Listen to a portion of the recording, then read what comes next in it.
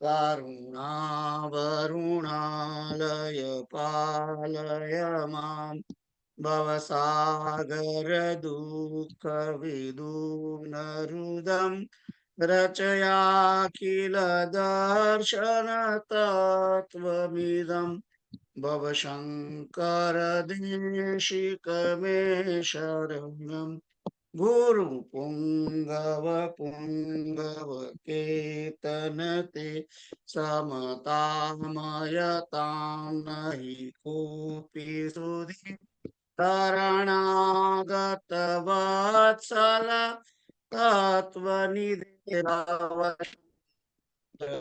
देशिकमे भवशङ्कर देशिकमे शरणम् विदितान मया विशदैककला न च किञ्चन काञ्चनमस्ति गुरो भूतमेव विधेहि कृपां सहजां भवशङ्कर देशिकमे शरणम् भवशङ्कर देशिकमे शरणम्। જય સીતારામ. જય સીતારામ. તો કાલે આપણે 298 સુધીના શ્લોકો જોયા અને આજ એ બધા અહંકારને માટેના જ હતા અને હજુ આગળ અહંકાર વિશે જ વાત કરી રહ્યા છે. કારણ કે અહંકાર જ મુખ્ય છે. અજ્ઞાનનું મૂળ જે છે એ અહંકાર છે. અને તમે આમ જોવા જાઓ છો, પ્રકૃતિ પછી જે મહત્તત્વ પ્રગટ થયું અને મહત્તત્વ જ્યારે વિકાર પામે છે ત્યારે મહત્તત્વમાંથી સૌથી પ્રથમ અહંકાર જ પ્રગટે છે. એટલે આ બધી મુસીબતોનું જડ શું છે? અહંકાર છે. અહંકારમાંથી જ આ જગત ઉદ્ભવ્યું છે. તામસ અહંકાર ખરાબમાં ખરાબ. That's right. તામસ અહંકાર પણ રાજસ અહંકાર પણ હોય અને સાત્વિક અહંકાર પણ હોય. 3 પ્રકારના અહંકાર, પણ એમાં સૌથી ખરાબમાં ખરાબ એ તામસ અહંકાર છે. કારણ કે તામસ અહંકાર ની અંદર તામસ અહંકાર એકદમ સ્થૂલ પ્રકારનો અહંકાર છે, સ્થૂલ અહંકાર છે. એનીવે જોઈએ આગળ શું કે છે અહંકારની બાબત. એટલા માટે હનુમાનજી એને કહે છે રાવણને, તામ અભિમાન.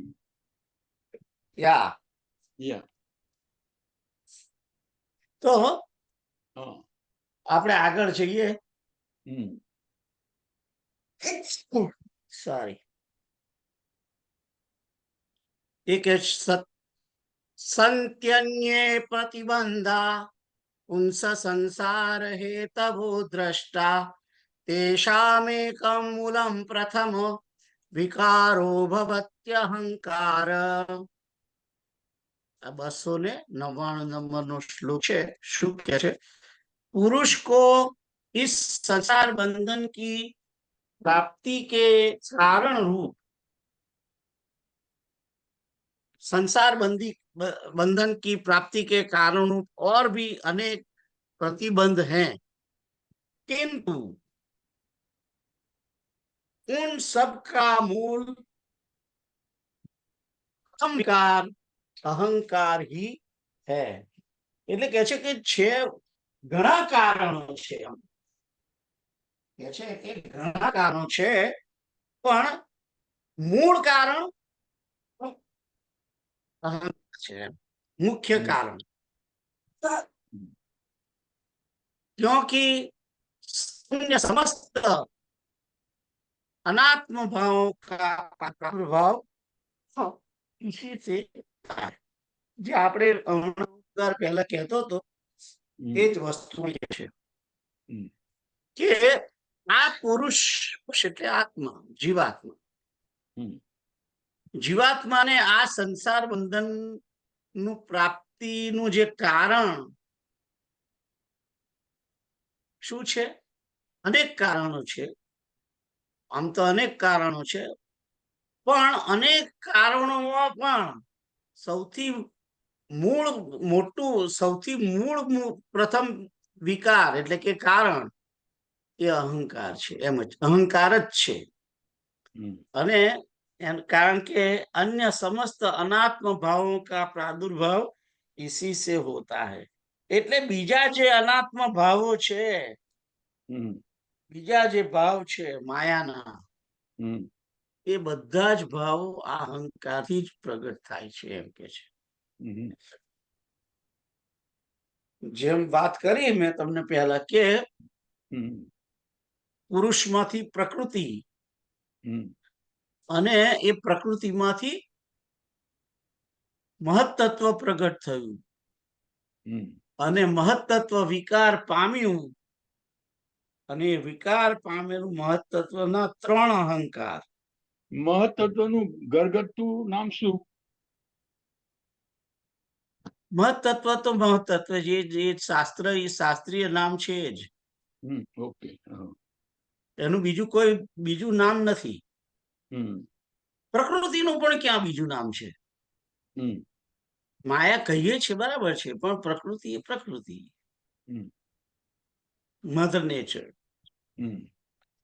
તો આ મહત્તત્વ એના 3 અહંકાર, અને એમાં જે તામસ અહંકાર છે એ તામસ અહંકારથી જ આકાશ પ્રગટ થયું અને એનાથી જ પછી આગળ કે છે કે તામસ અહંકારથી આકાશ, અને એ આકાશમાંથી વાયુ પ્રગટ થયો અને વાયુથી જે પ્રગટ થયો છે તે અગ્નિ અને અગ્નિથી પ્રગટ થયું છે તે જલ, અને જલમાંથી પૃથ્વી. આ એનો ક્રમ. એટલે જે સ્થૂળ તત્વો સૌથી વધારેમાં વધારે સ્થૂળ છે તે પૃથ્વી તત્વ છે. સ્થૂળ એટલે ઘન, જે નરી આંખે દેખાય છે, નરી આંખે જેને ટચ કરી શકે છે, એ બધું એને સ્થૂળ કહે છે. તો સ્થૂળ ભૌતિક અથવા તો ભૌતિક પદાર્થ જે પૃથ્વી તત્વ છે, એ પૃથ્વી તત્વ જળમાંથી, અને જળ અગ્નિમાંથી, અગ્નિ વાયુમાંથી, અને વાયુ આકાશમાંથી. આકાશમાં એ તામસ અહંકારમાંથી પ્રગટ થયેલું છે. અને જે રાજસ અહંકાર છે એમાંથી જ્ઞાનેન્દ્રિયો અને કર્મેન્દ્રિયો, અને જે સાત્વિક અહંકાર છે એનામાંથી આ ઇન્દ્રિયોના દેવતાઓ અને મન, બુદ્ધિ, ચિત્ત અને અહંકાર પ્રગટ થયા છે. તો આ જે મૂળ આખી પૃથ્વીનું મૂળ જે પ્રગટ થયેલું છે એની અંદર પણ અહંકાર જ પ્રથમ છે. એટલે જ્યાં સુધી આ અહંકાર, આમાં શું છે કે તમારે જીવન મુક્ત થવા માટે બેકવર્ડ યાત્રા કરવાની છે. જે અત્યારે આપણે ફોરવર્ડ કરેલી જે છે, આકાશમાંથી વાયુ, વાયુમાંથી જળ, જળમાંથી પૃથ્વી, એ જે બધું કરેલું છે એ ફોરવર્ડ કહેવાય. બેકવર્ડ યાત્રા કરવાની. એ બેકવર્ડ યાત્રા કરી અને પૃથ્વી તત્વનો ત્યાગ, જળ તત્વનો ત્યાગ, અગ્નિ તત્વનો ત્યાગ, વાયુ તત્વનો ત્યાગ, આકાશ તત્વનો ત્યાગ, અને પછી તામસ અહંકારનો ત્યાગ. એવી રીતે જે ઇન્દ્રિયોનો ત્યાગ અને મન, બુદ્ધિ, ચિત્ત, અહંકારનો ત્યાગ, એમ કરીને સત્વગુણ, સાત્વિક અહંકારનો ત્યાગ કરવાનો. આ 3 અહંકારનો ત્યાગ કરી અને માણસ પોતાની આંતરિક પ્રકૃતિની અંદર પ્રવેશ પામે છે. અને ત્યાર પછી પુરુષ યાની કે નારાયણની પ્રાપ્તિ કરે છે, જે આત્મભાવ વાળી વસ્તુ છે. પ્રકૃતિ જે છે એ અનાત્મ ભાવ વાળી વસ્તુ છે. અનાત્મ તત્વ, પ્રકૃતિ તત્વ અનાત્મ તત્વથી શરૂ થાય છે. મહત તત્વ અનાત્મથી છે. મહત તત્વ અનાત્મ તત્વ છે, પણ મહત તત્વ ઘણું નજીક છે પરમાત્મા તત્વથી. ખ્યાલ આવ્યો? એટલે જે એકદમ પરમાત્માથી નજીક તત્વો છે એની અંદર ઘણા ઘણા સારા ગુણો છે. ઘણા સારા ગુણો છે અને શ્રેષ્ઠ ગુણો વાળી એ વસ્તુઓ છે. આકાશ કેટલું સૂક્ષ્મ છે અને એ જેટલું નજીક છે એ બધી વસ્તુ એટલી સૂક્ષ્મ હોય છે. એટલે આકાશ એકદમ સૂક્ષ્મ છે, વ્યાપક છે, નિર્લેપ છે. આ બધા જે ગુણો છે, તમે પૃથ્વીના ને એના ગુણો તમે જુઓ અને આકાશના ગુણો જુઓ તો ઘણો ડિફરન્સ છે. અને શ્રેષ્ઠ જેમ જેમ તમે એ મૂળ તરફ જાઓ છો એમ તમે શ્રેષ્ઠતાને પ્રાપ્ત થાવ છો.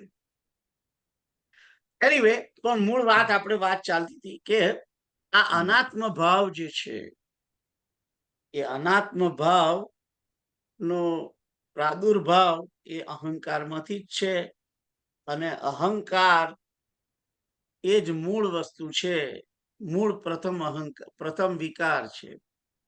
તમે હવે તમારી ચોપડીમાં શું લખ્યું છે વાંચો.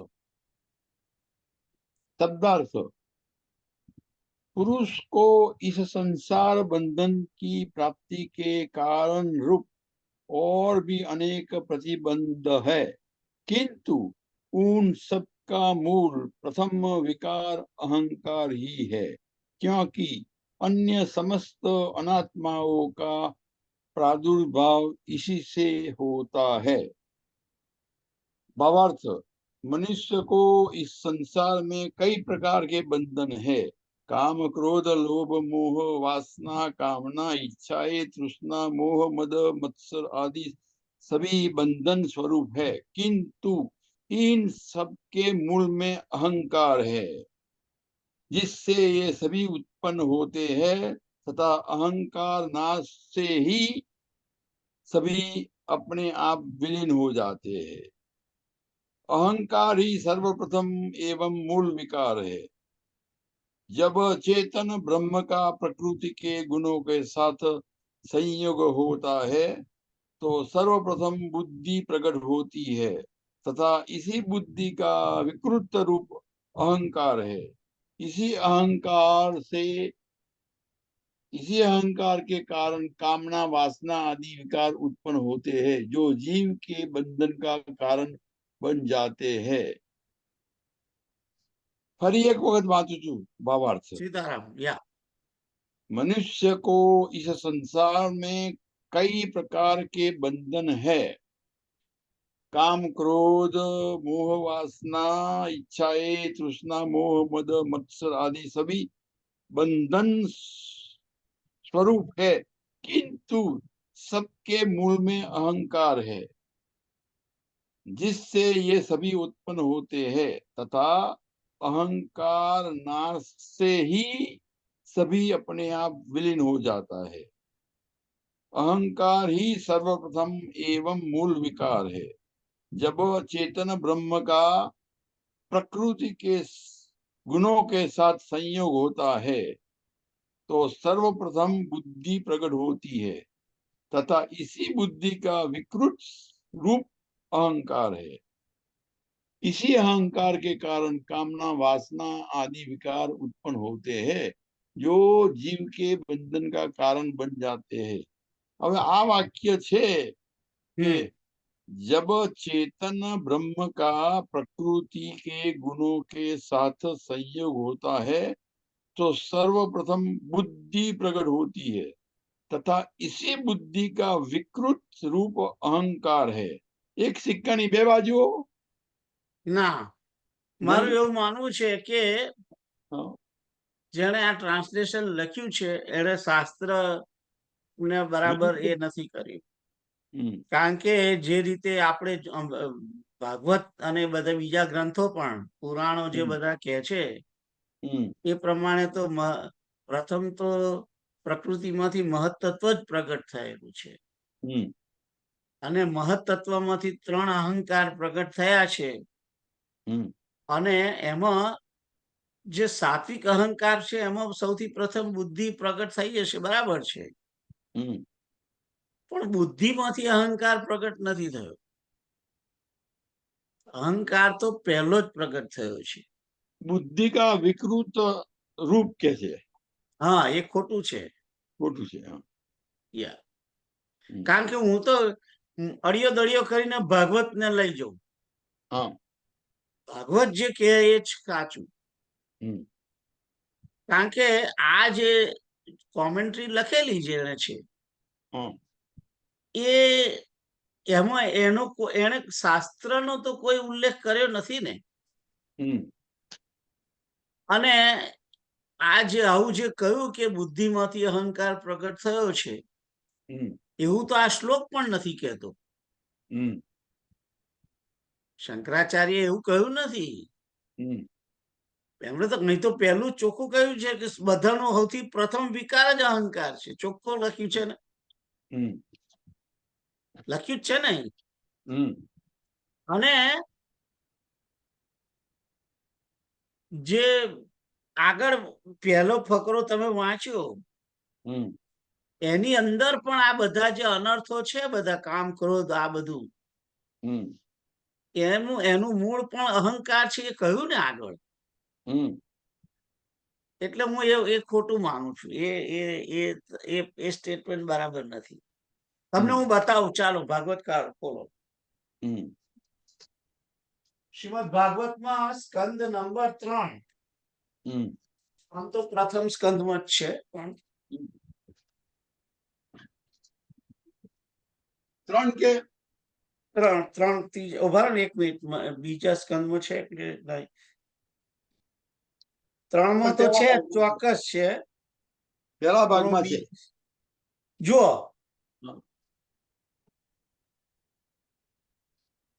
3-5. 3-5. Yeah.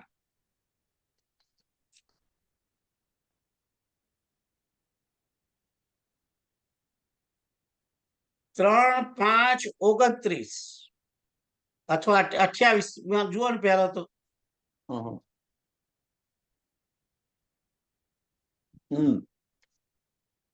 3-5-28 શું કે છે? फिर 27 જુઓ, પહેલો 25-26 જુઓ. ચાલો. काल शक्ति से जब यह त्रिगुण माया क्षोभ को प्राप्त हुई, 26 માંથી વાંચું છું. 3-5-26 तब उन इंद्रियातीत चिन्मय परमात्मा ने अपने अंश पुरुष रूप से उसमें चिदाभास रूप बीज स्थापित किया. तब काल की प्रेरणा से उस अव्यक्त माया ने महत्तत्व प्रकट हुआ. वह महत्तत्व, वह मिथ्या अज्ञान का नाश होने के कारण विज्ञान स्वरूप और अपने में सूक्ष्म रूप से स्थित प्रपंच की अभिव्यक्ति करने वाला था. आप महत्वत्वની વાત કરે છે.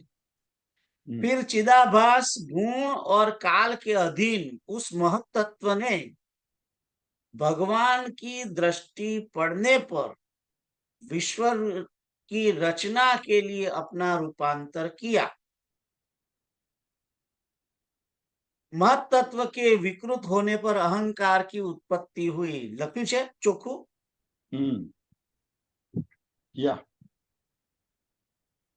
અને પછી કહે છે जो कार्य कारण कर्ता रूप होने के कारण भूत इंद्रिय और मन का कारण है, वह अहंकार वैकारिक यानी कि सात्विक, तेजस यानी कि राजस और तामस भेद से 3 प्रकार का है.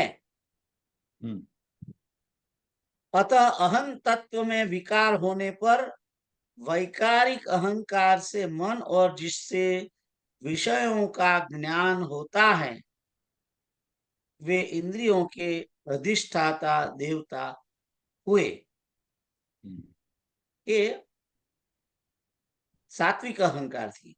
तेजस अहंकार राजस से ज्ञानेन्द्रिया कर्मेंद्रिया हुई और तामस अहंकार से सूक्ष्म भूतों का कारण शब्द तन मात्र हुआ और उससे दृष्टांत रूप से आत्मा का बोध करने वाला आकाश उत्पन्न हुआ।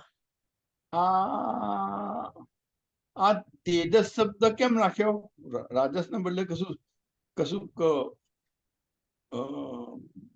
મહત્વનું છે? નથી એવું નહીં, એવું કશું નથી. તમે જો 30 નંબરનો શ્લોક જુઓ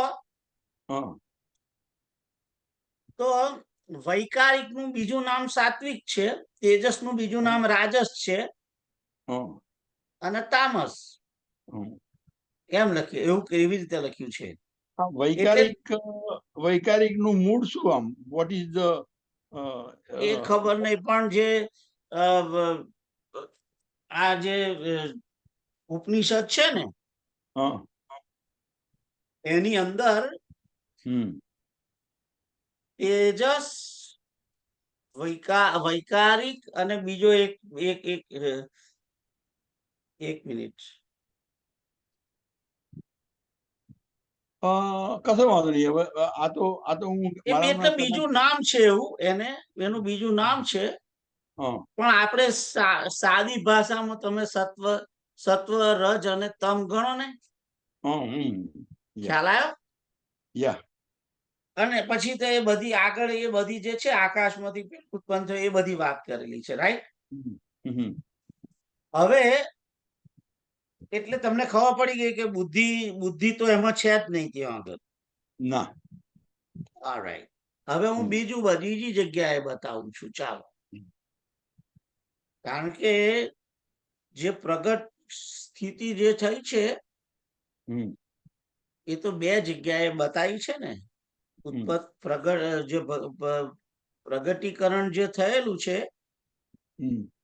એ બે જગ્યાએ બતાવેલું છે. હવે હું બીજી જગ્યાએ શું લખ્યું છે એ બતાવું તમને.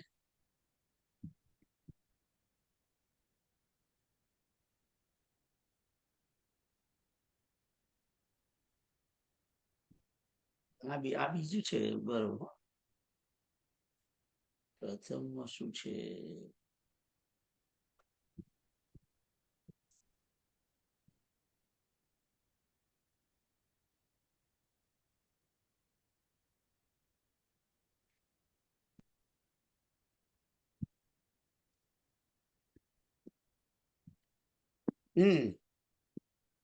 દ્વિતીય અધ્યાયમાં છે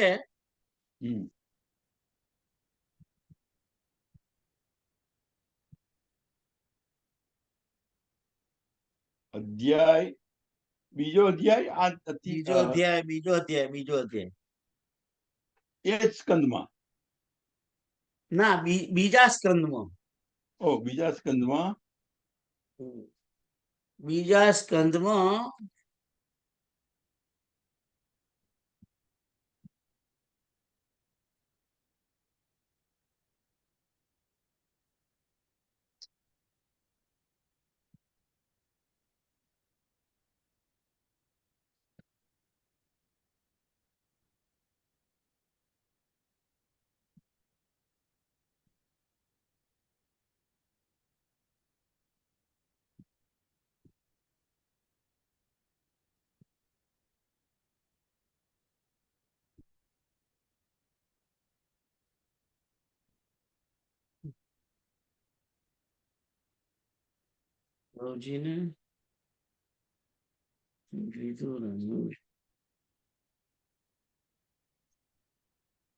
ના, એ એક જ જગ્યાએ લખેલું છે. મારું માનવું છે કે બે જગ્યાએ કોઈ જગ્યાએ હતું, પણ હું એ શોધું છું. એક મિનિટ.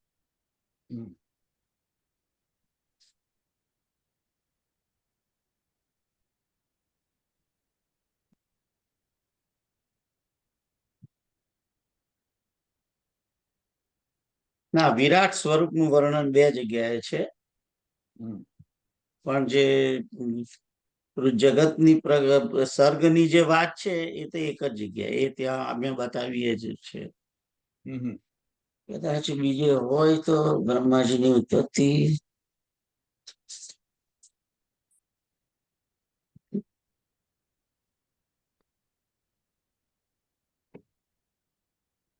દસ પ્રકારની સૃષ્ટિ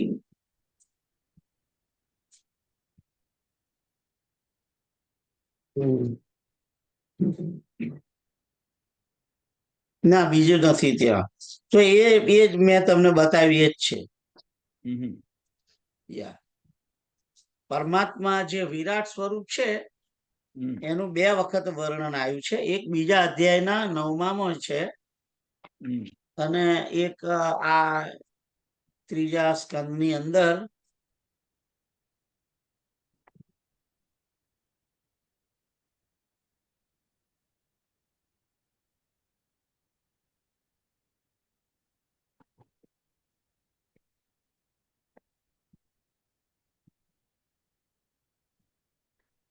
એ 3જામાં 5મો જે આપણે હમણાં બતાવ્યો ને તમને એ જ છે. અને 6ઠામાં જે છે વિરાટની ઉત્પત્તિ છે. વિરાટ પુરુષ જે ઉત્પત્ત થયો છે, પ્રગટ થયો છે એની વાત છે. અને બીજાના 10મા અધ્યાયની અંદર પણ વિરાટનું વર્ણન છે. એટલે વિરાટ સ્વરૂપનું 2 છે. જગતની વાત નથી 2. સર્ગની વાત તો એક જ જગ્યાએ લખી છે. ઓકે, પણ મૂળ કહેવાનો મતલબ શું છે કે બુદ્ધિનું જે છે એ ખોટું છે. ખ્યાલ આવ્યો? તો આગળ જઈએ. સારું છે, પણ અમુક વખતે મને લાગે છે હવે તો માણસ છે, રાઈટ? ના ના, દરેક કોઈ પણ વ્યક્તિ ભૂલ તો કરી શકે. પણ હું જયારે કોઈ રેગ્યુલર સમજવો પ્રમાણની વાત આવે છે ને, પ્રમાણ કે કોઈ પણ સાબિતી શું, કયું પ્રમાણ સાચું ગણવું, તો એની અંદર 1 મિનિટ, પ્રમાણની અંદર 4 પ્રમાણ મુખ્ય કહેવામાં આવ્યા છે. એ હું તમને પ્રમાણ પ્રમાણ પ્રમાણ વૃત્તિ પ્રમાણ પ્રમાણ, હા, 4 પ્રકારના પ્રમાણ. એ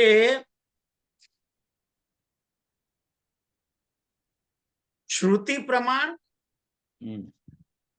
પ્રત્યક્ષ પ્રમાણ, ઐતિહ્ય પ્રમાણ અને અનુમાન પ્રમાણ.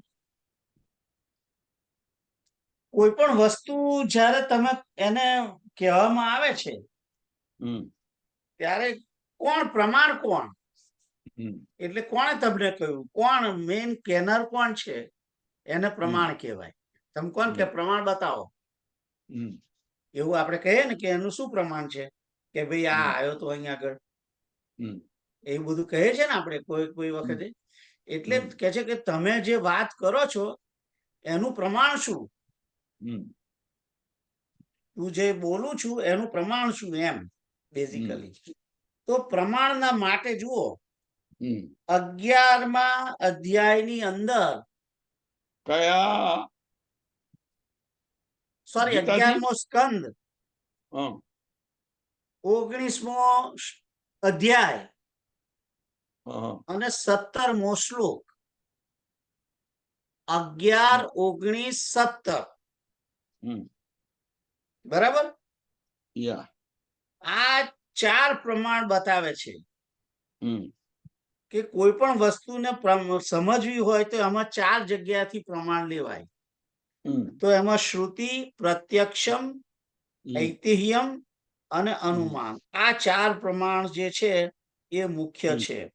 એટલે સૌથી પહેલું જે પ્રમાણ છે એ શ્રુતિ પ્રમાણ, બરાબર?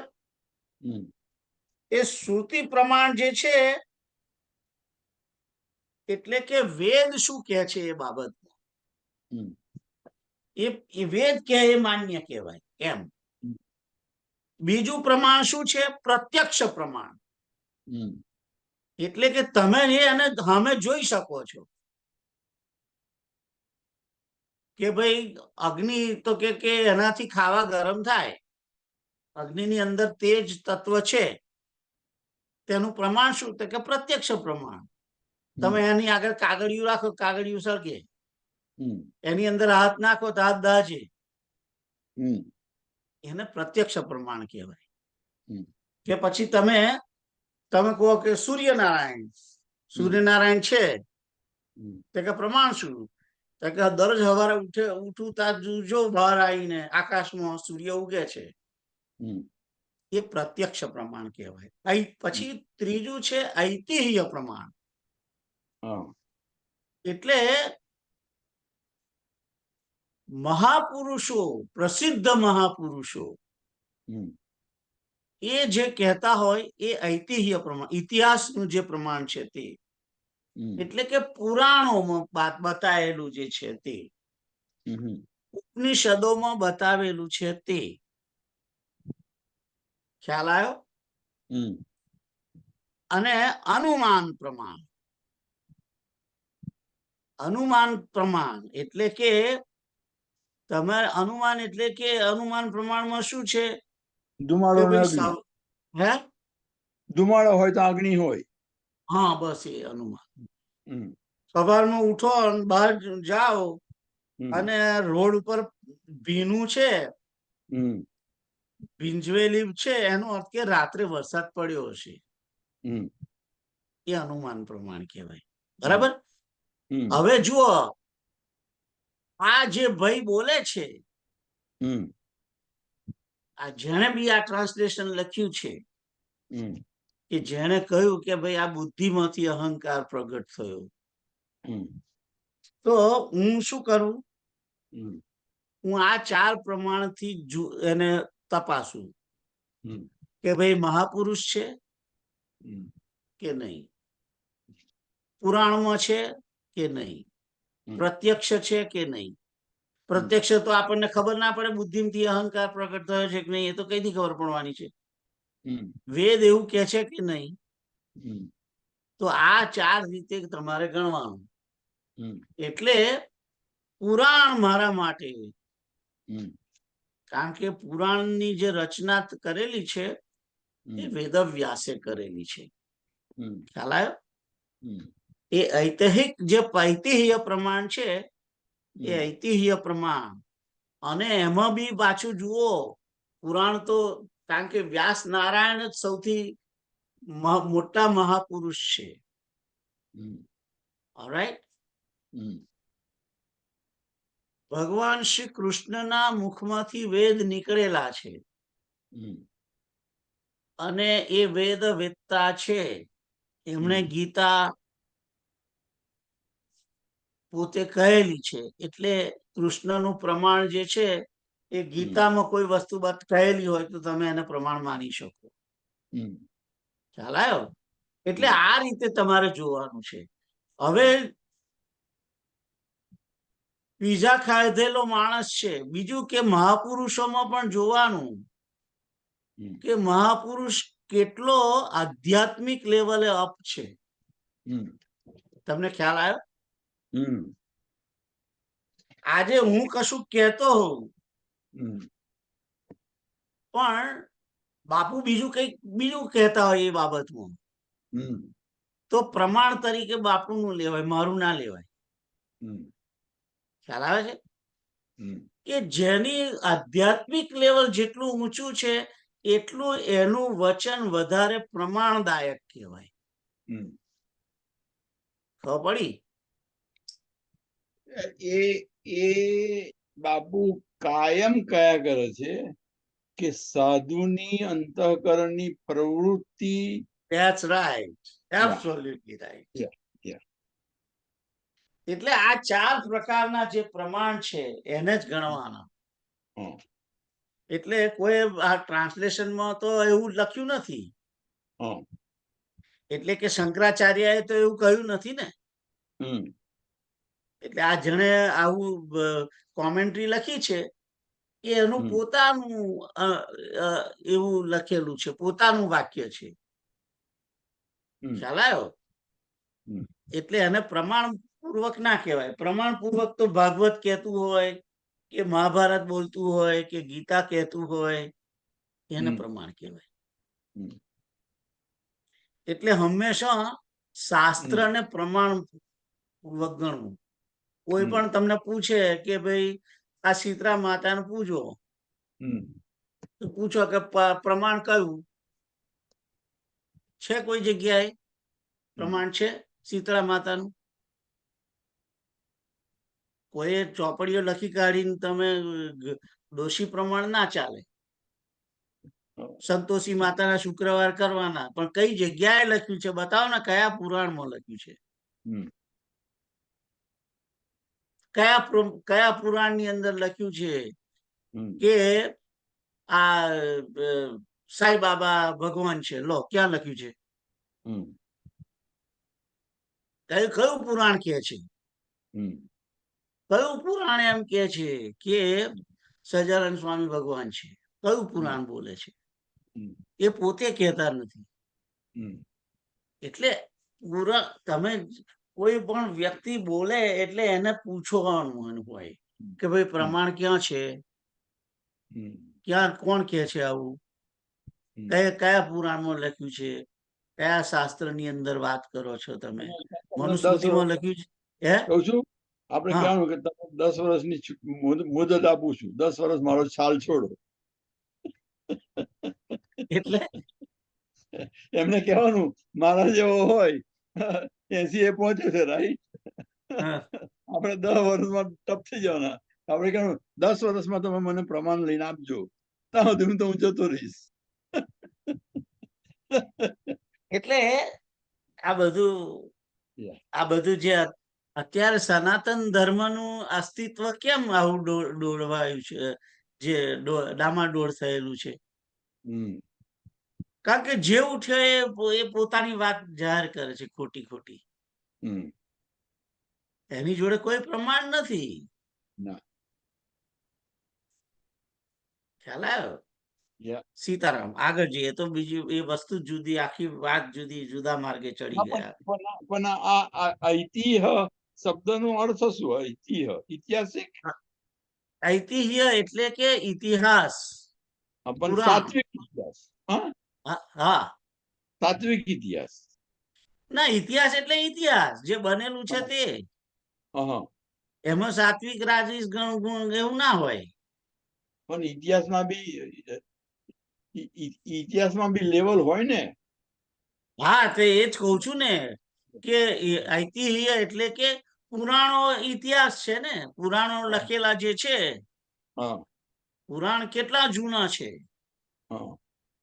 એને સત્ય માનીએ છીએ ને આપણે, એટલે ઐતિહ્ય.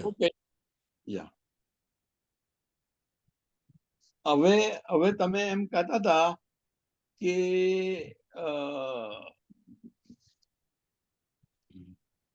વૈકારિક હા, વૈકારિક એટલે સાત્વિક. અને વૈકારિક, તેજસ અને પ્રાજ્ઞ, આવા 2-3 શબ્દો છે.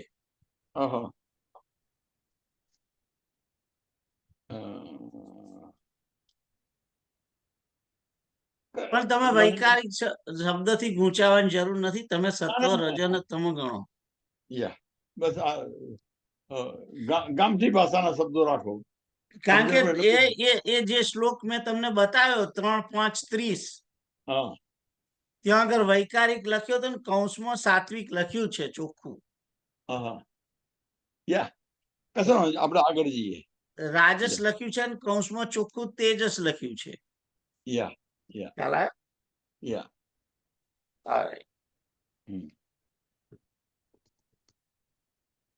તો 300 નંબર, યાવત સ્યાત સ્વસ્ય સંબંધોહમ, યાવત સ્યાત સ્વસ્ય સંબંધોહંકારેણ દુરાત્મના તાવન્નલેશ માત્રાપી मुक्ति वार्ता विलक्षणा. तो जब तक इस दुरात्मा अहंकार से आत्मा का संबंध है, तब तक मुक्ति जैसी विलक्षण बात की लेश मात्र भी आशा न रखनी चाहिए। यावत् स्यात् स्वस्य संबंधो अहंकारेण दुरात्मना। અહંકાર કેવો છે? દુરાત્મા છે. એટલે કે છે કે આ દુરાત્મા અહંકારથી જ્યાં સુધી આત્માને સંબંધ જીવને અહંકારની જોડે સંબંધ છે ત્યાં સુધી મુક્તિ જેવી આશા રાખવાની નહીં.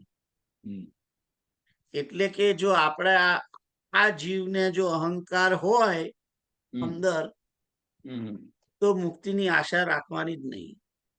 ના પાડી દે છે ચોખ્ખી. ખ્યાલ આવ્યો? હવે અહંકારથી મુક્ત કોણ છે? લોકો. ખ્યાલ આવ્યો? એટલે મુક્ત પુરુષ જે છે એ અલગ વ્યક્તિ છે. અમુક્ત પુરુષને તો પોતાના દેહનું પણ ભાન રહેતું નથી કે હું મારે દેહ છે એવું નથી એને ખબર. એને એવી બુદ્ધિ જ નથી એની અંદર. બુદ્ધિ પણ નીકળી ગઈ છે એની. બુદ્ધિ હોય તો નિર્ણય કરે ને કે હું દેહ છું કે આત્મા છું. કશું આ એને એ જે મુક્ત થયેલો પુરુષ છે, અહંકારથી મુક્ત થયેલો જે છે એ જ ખરેખર મુક્ત છે. લો, અને આપણા જીવને તો અહંકાર છે જ ને કે હું યોગેશ છું, હું પુરુષ છું, હું મનુષ્ય છું, હું પતિ છું, હું પિતા છું, હું પુત્ર છું. આ બધા અહંકાર છે ને. મૂળિયા વગરનું ઝાડ. That's right. અહંકાર મૂળ. એટલે અહંકાર જ્યાં સુધી છે, હું તમને કહું, મુક્ત પુરુષ જે છે એને દેહનું ભાન ના હોય કે મારે દેહ છે એ પણ એને ખબર ના હોય. હવે જેને દેહ ખબર ના હોય એને મનની ખબર હોય ખરી? ના હોય. એને બુદ્ધિ પણ ના હોય.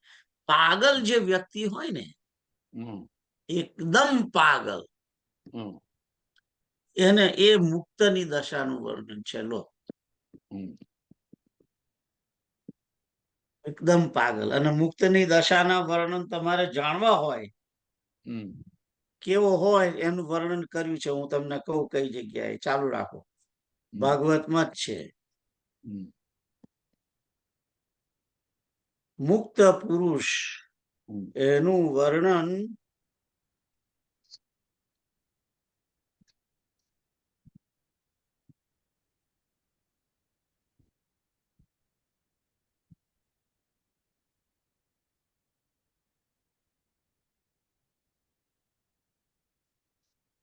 ફોર 79. એક મિનિટ. હા, 479. હા, જુઓ. ચોથો સ્કંદ. હા, પાંચમો સ્કંદ. પાંચમા સ્કંદની અંદર અધ્યાય છઠ્ઠો. ઉભા ના, છઠ્ઠો નહીં, પાંચમો.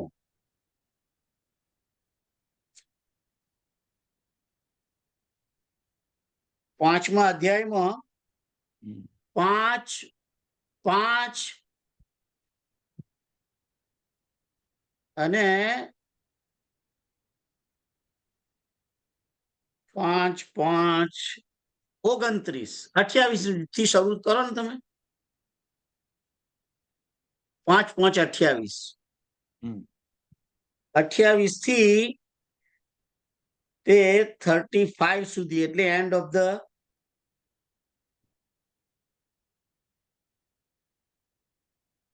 તો શું કે છે જુઓ.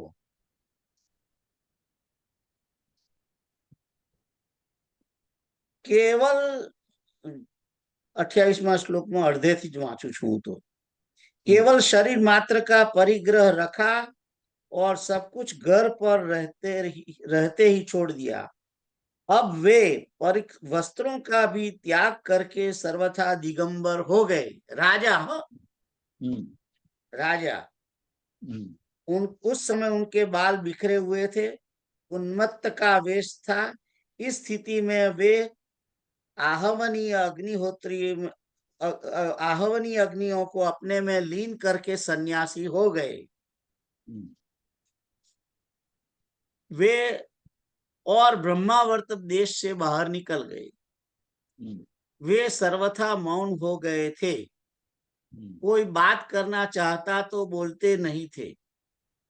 जड़, अंधे, बहरे, गूंगे, पिशाच और पागलों की सी चेष्टा करते हुए वे अवधूत बने जहां तहां विचरने लगे। कभी नगरों और गांवों में चले जाते तो कभी खानों, किसानों की बस्तियों, बगीचों, पहाड़ों, छावनियों, हीरों की बस्तियों, यात्रा के ठिकाने के स्थानों में रहते। कभी पहाड़ों, जंगलों, आश्रम आदि में विचरते। रास्ते से निकलते तो जिस प्रकार वन में विचरने वाले हाथी को मक्खियां सताती है, उस प्रकार मूर्ख और दुष्ट लोग उनके पीछे हो जाते, तंग करते, कोई धमकी देते, कोई मारते, कोई पेशाब कर देते, कोई थूक देते, कोई ढेला मारते, कोई विष्ठा और धूल फेंकते, कोई अधोवायु छोड़ते, कोई खटी खरी सुनाकर उनका तिरस्कार करते। किंतु वे इन सब बातों पर जरा भी ध्यान नहीं देते थे। इसका कारण था कि ब्रह्म, હવે અહીં જુઓ, हाँ ब्रो, ब्रह्म से सत्य कहे जाने वाले इस मिथ्या शरीर में उनकी ममता ममता तनिक नहीं थी। ख्याल आयो?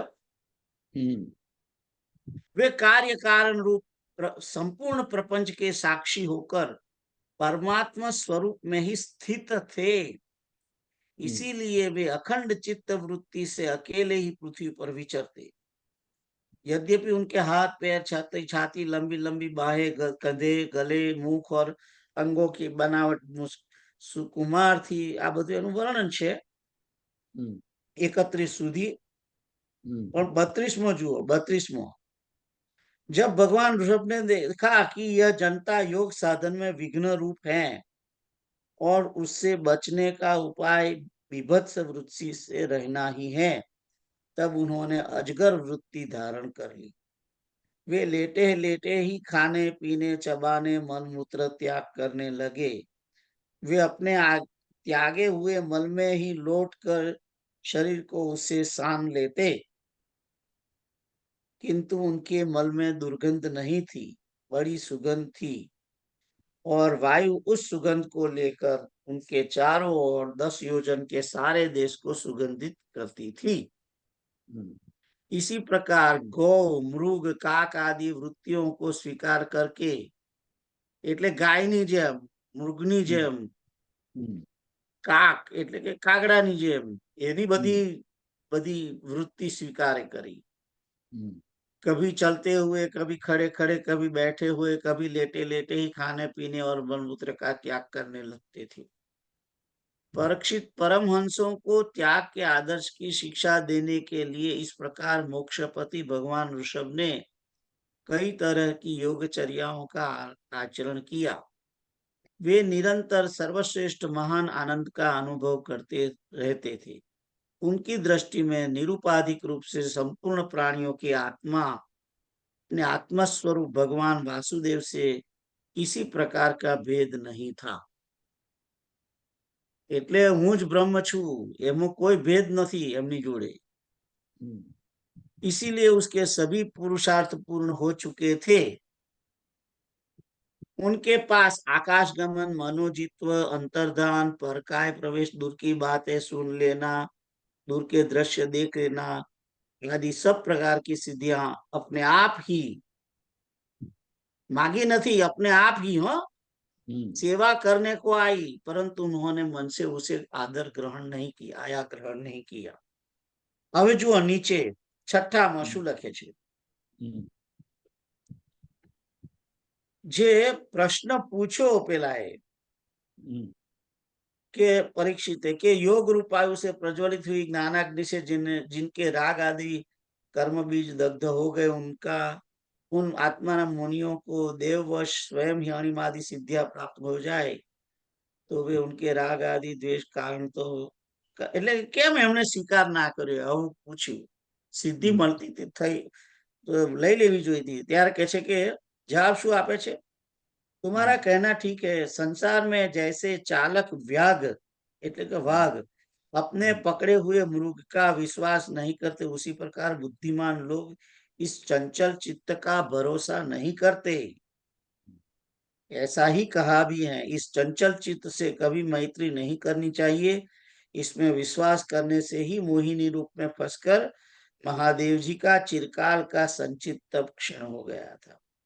जैसे व्यभिचारिणी स्त्री जार पुरुषों को अवकाश देकर उनके द्वारा अपने में विश्वास रखने वाले पति का वध करा देती हैं, उसी प्रकार जो योगी मन पर विश्वास करते हैं उसका मन काम और उसके साथी क्रोध आदि शत्रुओं को आक्रमण करने का अवसर देकर उन्हें नष्ट भ्रष्ट कर देता है. એટલે કહે છે કે કામ, ક્રોધ, મદ, લોभ, भय आदि शत्रुओं का तथा कर्म बंधन का मूल तो यह मन ही है. इस पर कोई भी बुद्धिमान पुरुष कैसे विश्वास कर सकता है? तो ख्याल आयो તમને? તો આ બધા પછી જો આગળ શું કે છે, એક છઠ્ઠી શ્લોકના છેલ્લા જે વાક્યો 3 વાક્યો છે છઠ્ઠા શ્લોકના એ વાંચવા જેવા છે. वे अपने अंतःकरण में अभेद रूप से स्थित परमात्मा को अभिन्न रूप से देखते हुए वासनाओं की अनुवृत्ति से छूटकर लिंग देह के अभिमान से भी मुक्त होकर उपराम हो गए थे. इस प्रकार लिंग देह के अभिमान से युक्त, अभिमान એટલે अहंकार, ओके, लिंग देह के अभिमान से मुक्त ऋषभदेव, भगवान ऋषभदेव जी का शरीर योग माया की वासना से केवल अभिमानाभास के आश्रय ही इस पृथ्वी तल पर विचरता रहा. એટલે અહંકાર થી નહીં, એનો આભાસ એમ કે છે. વદૈવવશ શરીર વિચરતું રહ્યું એમ કે છે. वह दैवश कोंक वेंक दक्षिण आदि कुटक कर्नाटक देशों में गए और मुंह में पत्थर का टुकड़ा डाले तथा बाल बिखेरे उन्मत्त के समान दिगंबर रूप से कुटका चल के वन में घूमने लगा. शू घूमने लगा? शरीर. इसी समय झंझावात के झकझोरे से हुए बांसों के घर्षण से प्रबल दावाग्नि धधक उठी और उसने सारे वन को अपनी लाल लपेटों में लेकर ऋषभदेव जी के सहित भस्म कर दिया. तो आ जे वर्णन આપણે વાંચ્યું એ મુક્ત પુરુષનું વર્ણન છે. ત્યારે એમ કે છે કે દેહ, એનો દેહ ફરવા લાગ્યો, માણસ નહીં. પોતે એનો આત્મા તો ઘણો ટાઈમ થયો મુક્ત થઈ ગયેલો છે, એટલે દેહ પછી ફર્યા કરે પણ એને ખ્યાલ ના હોય કે હું યોગેશ છું. એને કોઈ એના છોકરાઓને ના ઓળખે ને એની પત્નીને ના ઓળખે ને કોઈને ના ઓળખી શકે, કારણ કે જેને પોતાની જ ખબર નથી કે હું સ્ત્રી છું પુરુષ છું. ખ્યાલ આવ્યો? તો એ દેહ જે છે એ એકચ્યુઅલી એક્ઝેક્ટલી હું તમને વર્ણન કરવા જાઉં તો એવું કહી શકું કે તાજું જન્મેલું બાળક હોય એ જે રીતે એક્શનમાં હોય ને, એક્ટિવિટીમાં, એ જેટલું અભિમાન કરે એવું આ મુક્ત પુરુષ હોય એ કરી શકે. તાજું એનું બાળક હોય, તાજું જન્મેલું બાળક, એને ખબર ના હોય કે મારે કઈ જવાનું, હું ક્યાં છું એ ખબર, હું હોસ્પિટલમાં છું કે ઘેર છું કે એને ખબર ના હોય. કે મારી માં કોણ છે કે મારો બાપો કોણ છે એ ખબર ના હોય. બધા એને બોલાવતા હોય તેને ભાષાની પણ ખબર ના હોય. એના માટે તો અવાજ ખાલી આવે છે, કોઈ બધા અવાજ કરે છે, કોઈ અવાજ સંભળાય છે, પણ એ અવાજને ઓળખી ના શકે. ભણેલું ના હોય ક્યાંથી ઓળખી શકે? એટલે આ જે મુક્ત પુરુષ છે એની વાત અહીંયા આગળ કહી છે 300 નંબરના શ્લોકમાં. જબ તક दुरात्मा अहंकार से आत्मा का संबंध है तब तक मुक्ति जैसी विलक्षण बात की लेश मात्र भी आशा नहीं रखनी चाहिए. એટલે અહંકારને તો કાઢવો જ પડશે ગમે તેમ કરીને. અને એ અહંકાર ત્યાં સુધી કે હું દેહ છું એ પણ કાઢવું પડશે. અને આ દેહાભિમાન જ મુખ્ય છે, કારણ કે દેહને જ મુખ્ય ગણી લીધો છે આપણે. જીવ છું એવું તો ભાન જ નથી કોઈને. તો આગળ તમે હવે વાંચો 300 નંબરના શ્લોક માટે.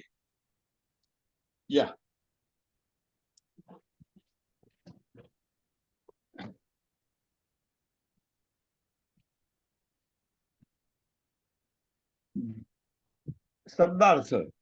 जब तक इस दुरात्मा अहंकार से आत्मा का संबंध है तब तक मुक्ति जैसी विलक्षण बात की लेस मात्र भी आशा नहीं करनी चाहिए. भावार्थ. आत्मा की प्रकृति के गुणों के साथ संयोग होने से सर्वप्रथम अहंकार का प्रादुर्भाव हुआ. इसके कारण ही कामनाएं, वासनाएं आदि प्रकट हुई. इसीलिए इन सभी को मिटाने के बाद भी अहंकार बचा रहता है, जिससे फिर नई कामनाएं एवं वासनाओं का उदय हो सकता है. इसलिए इस अहंकार को नष्ट किए बिना मुक्ति की कोई संभावना नहीं है. अहंकार मिटने से ये सब प्रतिबंध अपने आप नष्ट हो जाते हैं.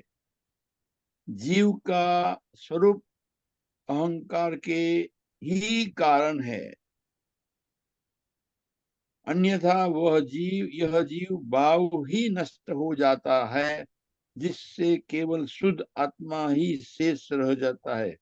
इसी को मुक्ति कहते हैं. मानस में जइए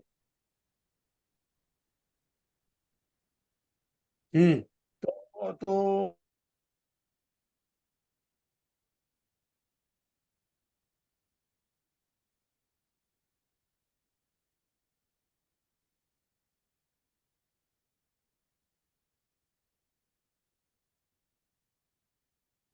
પ્રશ્ન શું છે મને કહો પહેલા. આપણે માણસમાં જઈએ અહંકાર બાબતમાં તો એક દોહો આવે છે, અહંકાર શિવ બુદ્ધિ અજો જગ પાતાલ. મને લાગે છે મંદોદરી એ તો છે વિરાટ સ્વરૂપનું વર્ણન છે. એવું વિરાટ સ્વરૂપનું એ જગતનો અહંકાર શિવ છે, બરાબર છે. જેમ આપણું આ શરીર છે પિંડ અને પેલું બ્રહ્માંડ. બ્રહ્માંડ જે છે એ વિરાટ સ્વરૂપ છે. આપણો અહંકાર છે એ નિજ અહંકાર છે અને જગતનો અહંકાર એ શિવ છે. જગતની બુદ્ધિ એ બ્રહ્મા છે, એમ એમ કે છે. એટલે વિરાટ પુરુષનું વર્ણન છે એમાં. હા, વિરાટ પુરુષનું વર્ણન છે. ઓકે, મને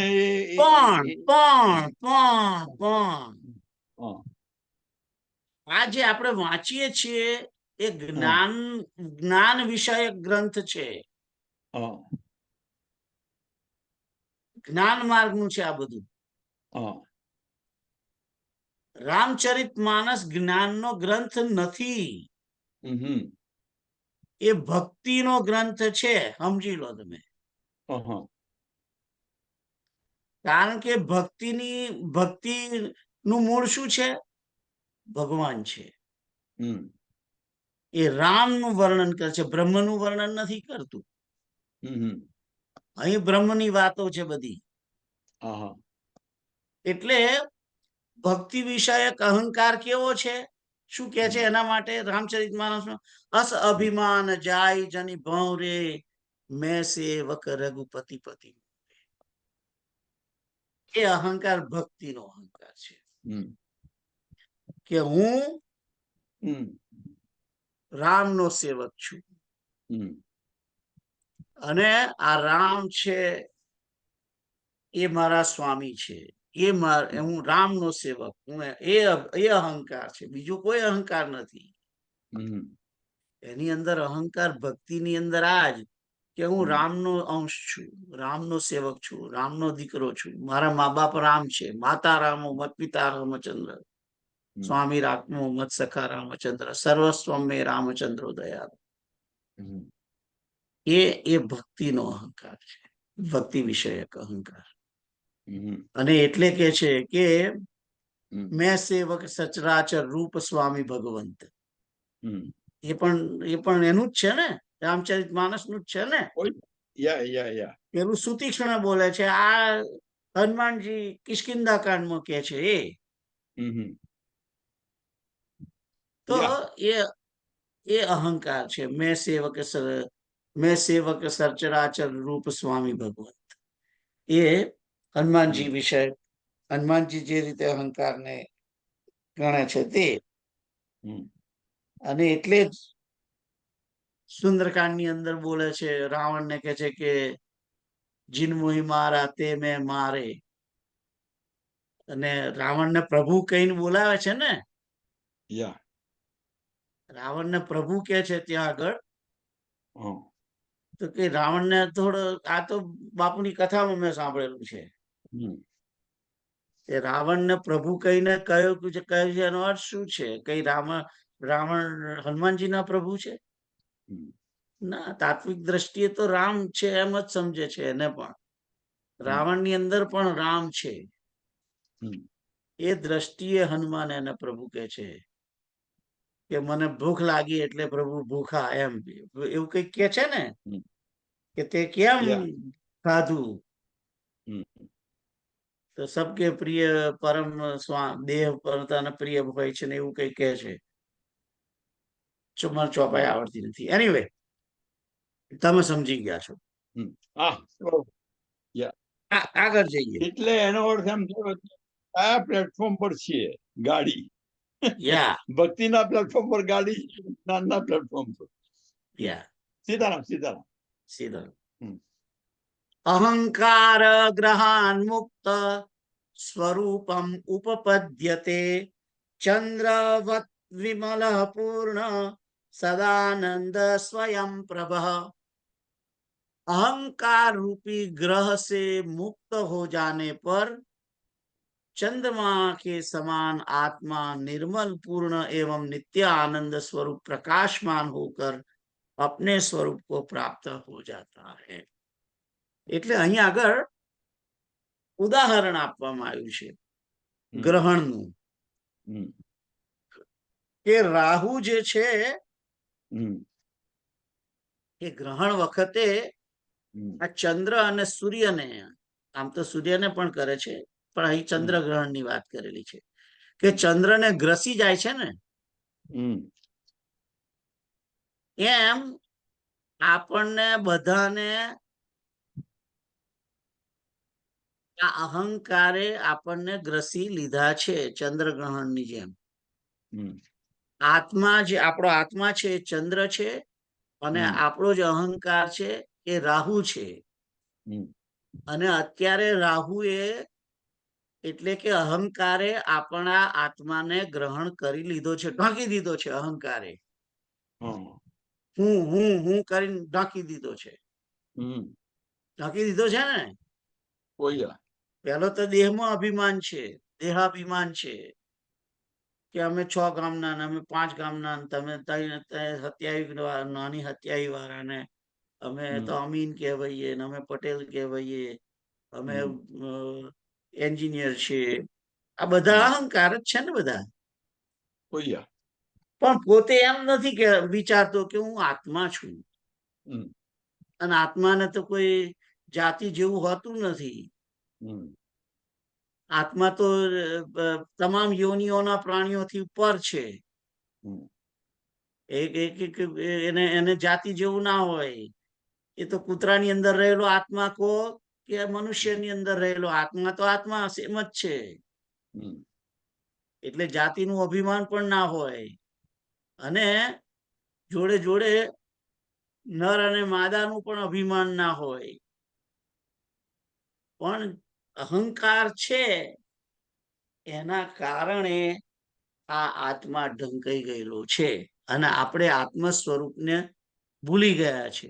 હમ. આત્મ સ્વરૂપ વિસ્મૃતિમાં થયેલું છે, હમ. વિસ્મૃત થયેલું છે. હમ. અને એ જ્યાં સુધી જ્ઞાન ના થાય ત્યાં સુધી એ ના થાય. એ જ્ઞાન થાય, મોહ નાશ પામે, ત્યાર પછી જ એને સ્મૃતિ જાગૃત થાય. હમ. તો અહીંયા આગળ નષ્ટો મોહ. હા, નષ્ટો મોહ સ્મૃતિ લબ્ધા. હમ. યા એટલે અહીંયા આગળ આપણી બધી વાત, આપણી અત્યારની જે પ્રોબ્લેમ છે, અત્યારનું જે આપણું સ્વરૂપ છે એની વાત કરે છે કે અહંકાર રૂપી રાહુથી આ ચંદ્ર રૂપી આત્મા ગ્રસાયેલો છે અત્યારે આપણો.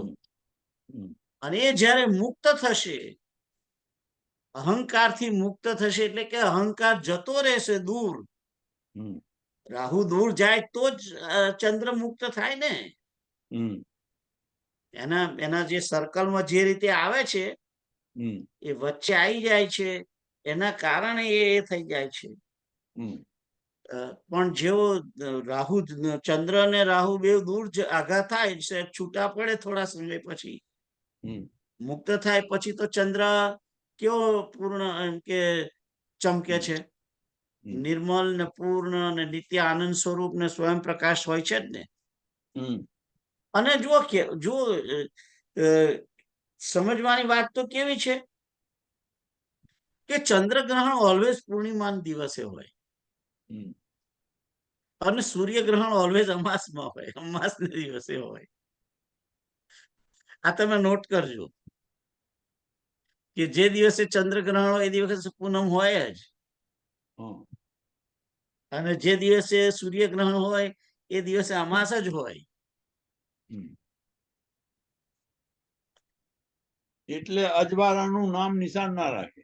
હા, એમ કે ભલે ને તમે પૂર્ણ હો પણ કશું આવે નહીં એમ.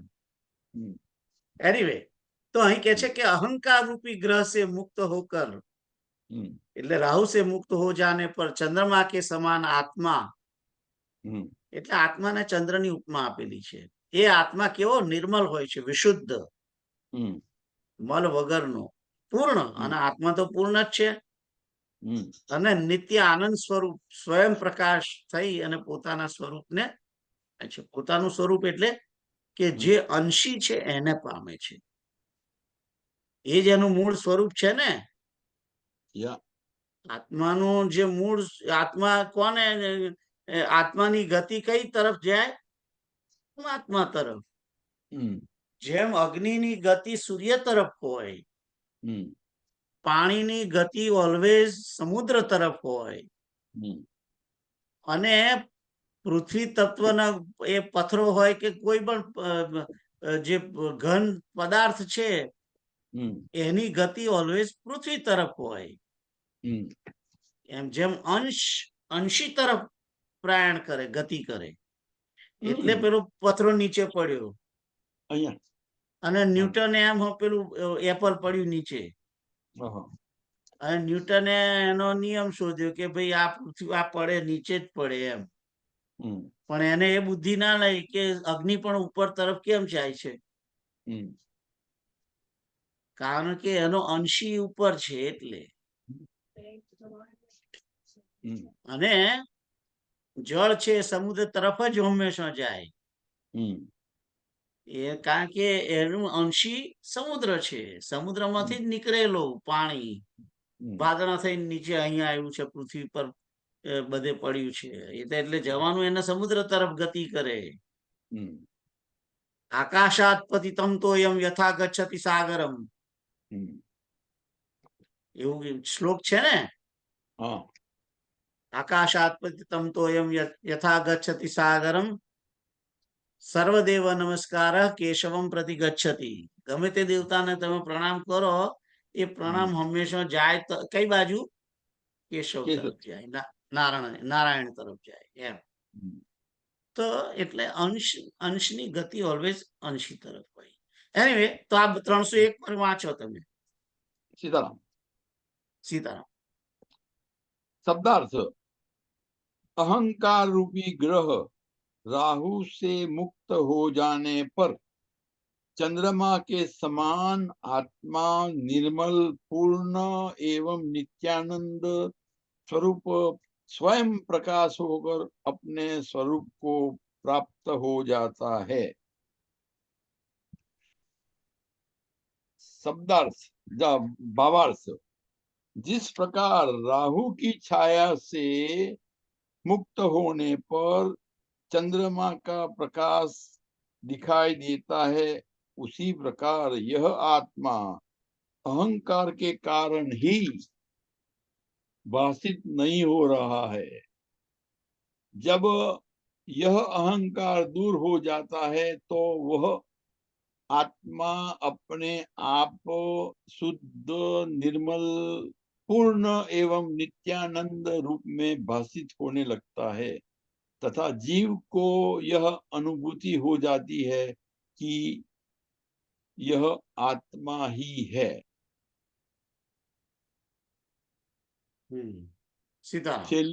છેલ્લું વાક્ય છે એ કહે છે કે જીવ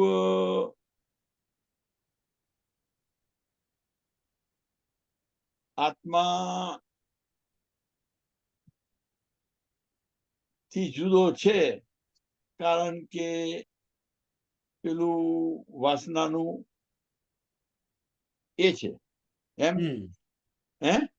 તમે ફરી વાંચો, ભાવાર્થ વાંચો એકલો. हाँ, जिस प्रकार राहु की छाया से मुक्त होने पर चंद्रमा का प्रकाश दिखाई देता है, उसी प्रकार उसी प्रकार यह आत्मा अहंकार के कारण ही भाषित नहीं हो रहा है.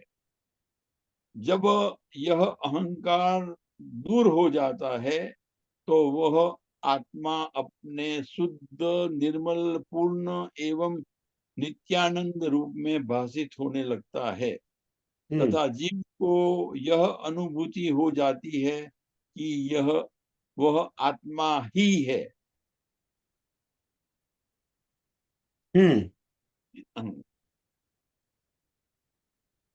तो ख्याल आयो?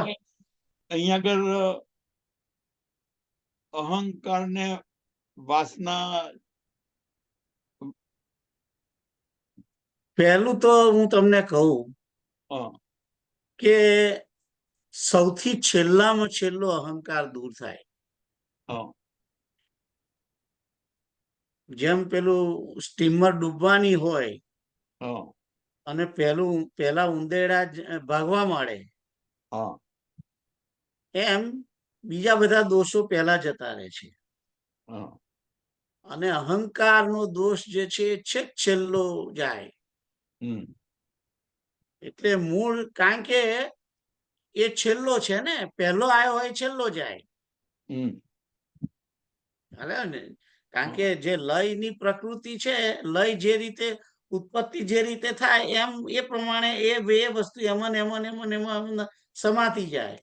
એટલે અહંકારનો જે વારો છેલ્લો આવે છે.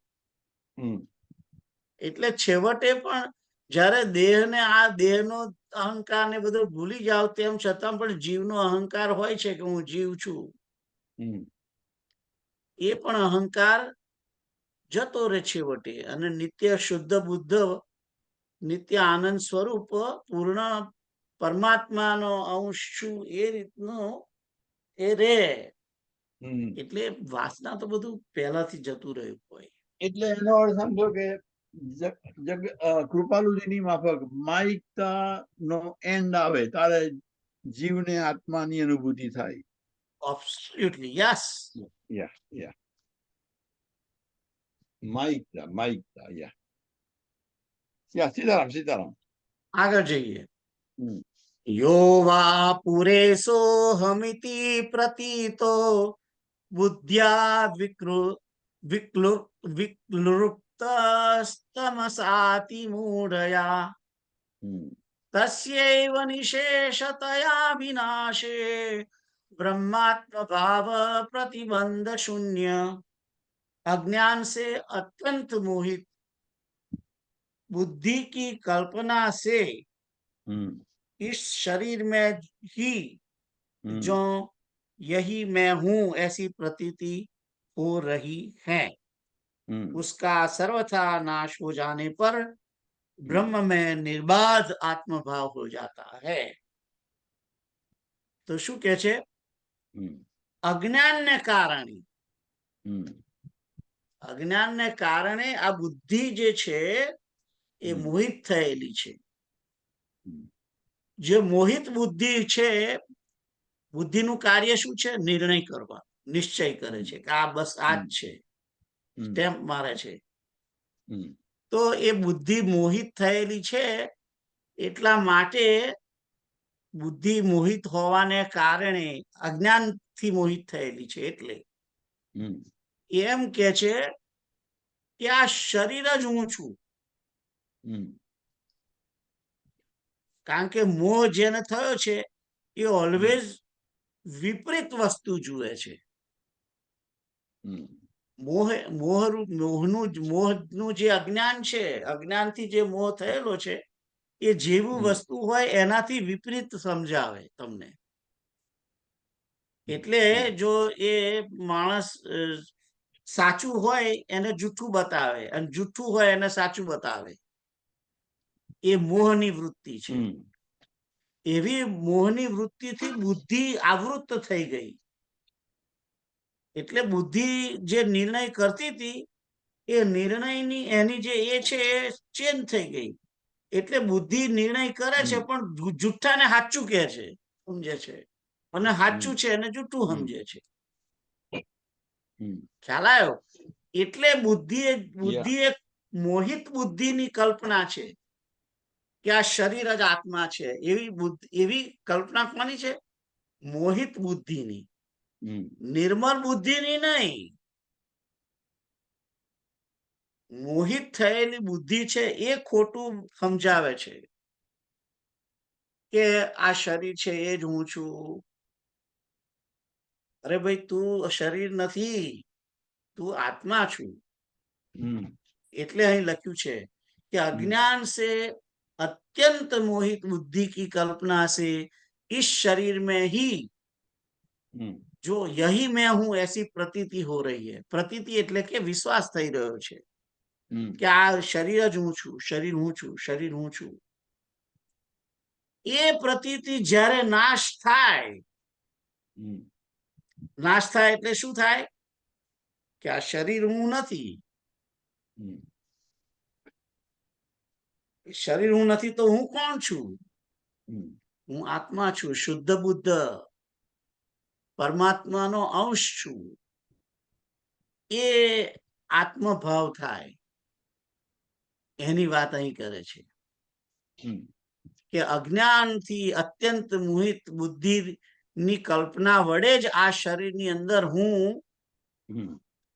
એ શરીર હું છું એમ એવી પ્રતીતિ થાય છે. એવું આપણને લાગ્યા કરે છે, એવો અનુભવ થાય છે. એનો જ્યારે સર્વથા નાશ થઈ જાય ત્યારે જ બ્રહ્મ ભાવની અંદર નિર્બાધ એટલે કે બાધા વગર આત્મભાવ થઈ જાય છે. એ બ્રહ્મ એ જ હું છું. હું મારો આત્મા એ પરમાત્માનો અંશ છે, હું એ જ છું. એ ભાવ થાય છે એમ કહેવા માંગે છે. ખ્યાલ આવ્યો? સીતારામ. તો વાંચો. શબ્દાર્થ अज्ञान से अत्यंत मोहित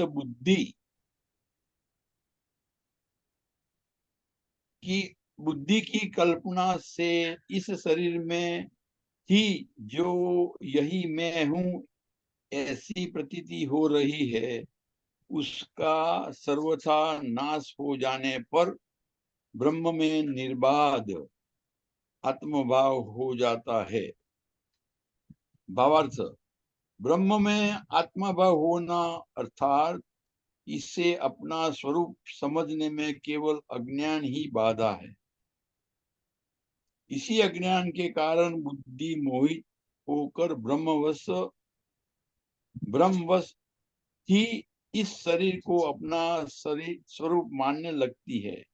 इस अज्ञान का नाश हो जाने पर वह पुनः अपनी आत्मा को ही अपना स्वरूप मानने लगती है तथा ब्रह्म से जो भिन्नता की झूठी प्रतीति हो रही है वह मिट जाती है।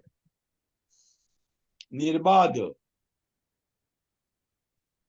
निर्बाध में आदि व्याधि उपाधि आवे ના ના ના ના ના ના ના ના ના ના ना आवे एम? નિર્બાધ એટલે બાધા વગરનું, हाँ કોઈ પણ અડચણ વગર, हाँ हाँ એનો અર્થ નિર્બાધ, બાધા વગર, વચ્ચે કોઈ બાધા ના આવે એમ. કોઈ કાર્ય થતું એની અંદર બાધા પડે છે ને, या એ ભાવ છે, એ વાત કરે છે. ખ્યાલ આવ્યો? अड़चन नहीं, अड़चन नहीं, અડચણ વગર, હા અડચણ વગર એમ. अड़चन या આપણે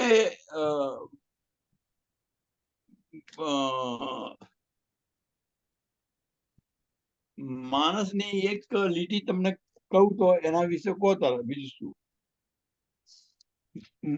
7:20 એક છે, એમાં મોહથી શરૂ થાય છે. 7:20 7:120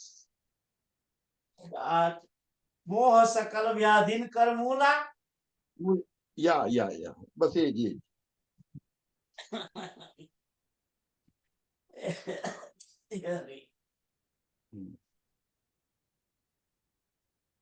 મોહ જ આ સકલ વ્યાધિનું મૂળ છે એમ કે છે. 120 યા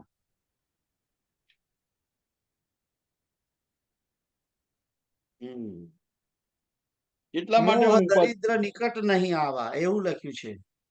હે 120 માં તો ના દોહો નહીં, એ ચોપાઈ છે આ તો. આ છે મોહ દરિદ્ર નિકટ નહીં આવા. ના ના ના ના ના ના આમાં છે ને જે બહુ જ ચોપાઈ બહુ લાંબી છે અને એ છે સાતમી મળ્યું. યા મોહ સકલ વ્યાધિન કર મૂલા તિનતે પુનિ ઉપજહી બહુશૂલા. કામ બાત કફ લોભ અપારા ક્રોધ પિત્ત નિત જારી છાતી જારા પ્રીતિ કરઈ જો તીની ઉભાઈ ઉપજઈ સન્યપાત દુખદાઈ. તો માનસ રોગ જે છે એની વાત કરેલી છે. તો કારણ કે જુઓ માનસ આ જે છે ને, આપણે બધા કઈ બીમાર નથી.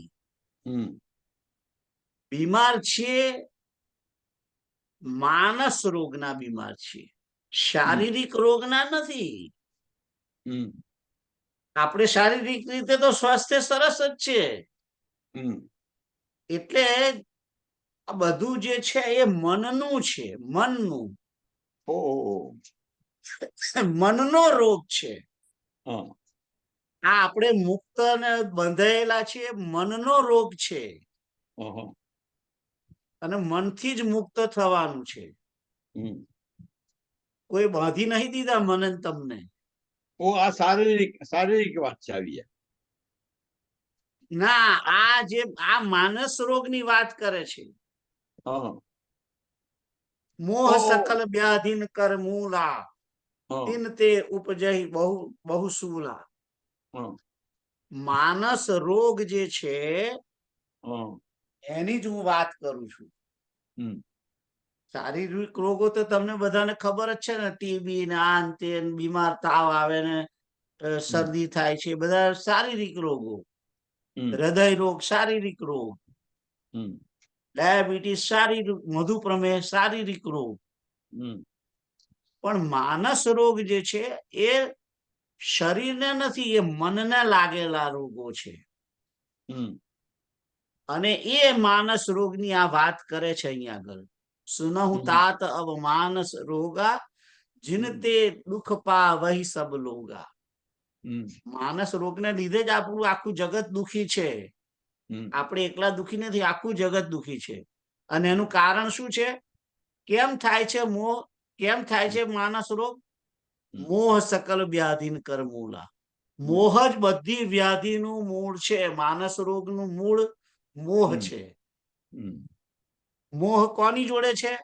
મોહ દેહની જોડે છે. હમ, કે આ મારું શરીર છે, મારું શરીર છે. હમ, શરીરને આત્મા સમજી બેઠા છીએ ને, હમ, એ મોહને કારણે. એની જ હમણાં આગળની જે હતું એ એના માટેનું જ હતું.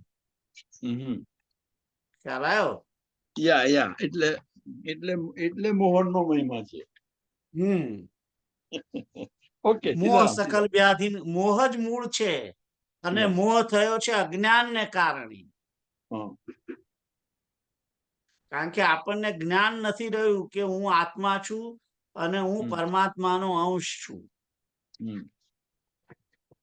જ્ઞાન જે આપણને છે, હમ, હું તમે બોલીએ છીએ, એ માહિતી છે, માહિતી, હા, જ્ઞાન નથી. હમ, હું જયારે એમ કઉ છું કે આત્મા પરમાત્માનો અંશ છે, હમ, ત્યારે યોગેશભાઈ માહિતી બતાવે છે તમને, હમ, જ્ઞાન નથી બતાવતા. કારણ કે યોગેશભાઈને જ જ્ઞાન નથી. ખ્યાલ આવે છે? હા, જ્ઞાન એને કહેવાય કે જે ઇમ્પ્લિમેન્ટેશનમાં હોય, હા, એને જ્ઞાન કહેવાય. જેને અનુભવ્યું હોય એને હા, જ્ઞાન કહેવાય. તમે પેડો લઈ હમ, અને મોઢામાં મૂકો, હમ, મોઢામાં મૂકો એટલે કેવો અનુભવ થાય? ગર્યો થાય ને, ગર્યો અનુભવ થાય ને. કેમ તમે બોલતા નથી? Are you there? હા, હું તો છું. યા, સીતારામ, સીતારામ. તો બોલતા કેમ નથી? વાહ, પેડો ખાવ તો કેવો અનુભવ થાય? મીઠો લાગે. હા, મીઠો લાગે. બરાબર. તો હમ, મીઠો જે લાગે છે હમ, એનો અનુભવ તમને કઈથી થયો કે એને મીઠો કહેવાય? હું તમને સોલ્ટ નાખેલો પેડો આલું તો તમે હમ, તરત કહો ના, આ તો ખારો છે. હમ, તો ખારો જે અનુભવ, હા, એ ખારાનું જે તમને અનુભવ થાય છે ને, તમને ખ્યાલ આવે કે આને ખારું કહેવાય. હમ, અને જે પેડો ખાવ છે એમ થાય કે આને ગળ્યું કહેવાય. હમ, એના માટે તમને કોઈ સમજાવ્યું હતું? કોઈ શીખવાડ્યું હતું મા બાપે કે આને ગળ્યું કહેવાય, અને ખાટું કહેવાય, અને ખારું કહેવાય? કોઈ આપણને કહ્યું નથી. હમ, એ જ્ઞાન અંદરથી થયેલું છે. હમ, જીભ જેવી અડે હમ, અને તરત માઇન્ડ એમ કે છે, માઇન્ડે એવું સ્વીકાર્યું છે કે આને મીઠું કહેવાય, હમ, ગળ્યું કહેવાય, ગળ્યું કહેવાય, અને આને ખારું કહેવાય, કે આને કડવું કહેવાય. એ જ્ઞાન કોણ કરે છે? હમ, એ જ્ઞાન અનુભવથી આવેલું છે. હમ, અનુભવથી. હમ, એ અંદર એવી કોઈ સેન્સ છે હમ, કે જે એક્ટિવ થઈને પોતે નક્કી કરે છે કે આ જ વસ્તુ આ કહેવાય. હમ, એમ એ એટલે જ્ઞાન શું છે? અનુભવનો વિષય છે, હમ, ઇમ્પ્લિમેન્ટેશનનો વિષય છે. હમ, હું તમને જે બોલી રહ્યો છું એ તો માહિતી છે, બેઝિકલી જ્ઞાન નથી. જ્ઞાન કોણ આપે તમને? બ્રહ્મનિષ્ઠ, શ્રોત્રિય બ્રહ્મનિષ્ઠ હોય, જેની પૂર્ણ બ્રહ્મમાં નિષ્ઠા હોય ને, જે ટોટલી એને એ પ્રમાણે એક્શનમાં મૂકેલો હોય ને, એ માણસ હોય, એ જ જ્ઞાન કે, અને એ જ તમને બરાબર સમજાઈ શકે. ખ્યાલ આવે છે? એટલે મીઠું જે લાગે, ગળ્યું લાગે, એને જ્ઞાન કહેવાય, કારણ કે ઇમ્પ્લિમેન્ટેશનમાં આવેલું છે. કેવા કે કહીને તમને સમજાયું નથી કોઈ. એ ગોળ ખાવ છો ને, એની જોડે કમ્પેર કરે પેંડાને. ગોળ પહેલા ખાધેલો છે, એની જે મીઠાશ છે એને પેલું પેડા ખાધેલી મીઠાશની જોડે કમ્પેર કરી અને સ્ટેટમેન્ટ આપે છે કે આ બરાબર છે. એટલે એ જે છે એ જ્ઞાન છે. ખ્યાલ આવ્યો? તો આપણે મૂળ આ કેમનું આવ્યું મને ખ્યાલ ના આવ્યો, પણ કઈ કેમના આ વાતે ચડ્યા? પણ પેલા મોહ પર ગયા, મોહ ને લીધે આ બધા મોહના લફડા હતા. હા, તો મોહ જે થયો છે એ મોહ અજ્ઞાનને કારણે થયો છે. અને સાચું જ્ઞાન શું છે? સાચું જ્ઞાન એ છે કે આત્મા, હું શુદ્ધ છું, બુદ્ધ છું, આત્મા સ્વરૂપ છું, આનંદ સ્વરૂપ છું, પરમાત્માનો અંશ છું. એ સાચું જ્ઞાન છે. એ જ્ઞાન અનુભવમાં આવેલું હોવું જોઈએ. અત્યાર તો ખાલી જીભ પર આવેલું છે, અનુભવનું નથી. એટલે હું મોહ પામેલો જ વ્યક્તિ છું, અનુભવ વાળો વ્યક્તિ નથી. હજુ લેબનું પગથિયું તો નહીં ચડ્યા. Yeah, that's what it is. Plan બનાવી દીધો હોય એન્જિનિયરે, દોરી દીધો, એનો અર્થ એવો નહીં કે મકાન થઈ ગયું છે. પણ એ કહે ખરો કે ઉત્તર દિશા બાજુ બાયણું આવે અને પશ્ચિમ દિશા બાજુ ગરાજ છે, દક્ષિણ બાજુ બારી છે, એવું બોલે ખરો. પણ એને મકાન બધ્યું નથી, મકાનમાં પ્રવેશ કર્યો નથી. ખ્યાલ આવ્યો? એટલે જ્ઞાન જે છે એ જ્ઞાન આ જ છે કે હું આત્મા છું, હું વિશુદ્ધ શુદ્ધ બુદ્ધ પરમાત્માનો અંશ છું. અને એ અનુભવથી બોલે માણસ. અને એને પછી એને ઠેસવવું ના પડે. એને કહેવાય ને, એ જેને જ્ઞાન થયેલું છે એ તો પછી કેવી રીતે વર્તે એ તો બતાવ્યું ને તમને ચોથા સ્કંદની અંદર. પેલો ઋષભદેવ કેવી રીતે વિચરણ કરે છે, એને સંસારની ખબર ના હોય, એનું કોન્ટેક્ટ કેવલ પરમાત્મા જોડે જ હોય, બીજા કોઈ જોડે ના હોય. અનાત્મ ભાવમાં એ વિચરતો જ ના હોય. અનાત્મ ભાવ શું છે એની ખબર ના હોય, એવો હોય. માઇક કશું એને ખ્યાલ જ ના હોય, એટલું બધું એનું જ્ઞાન હોય.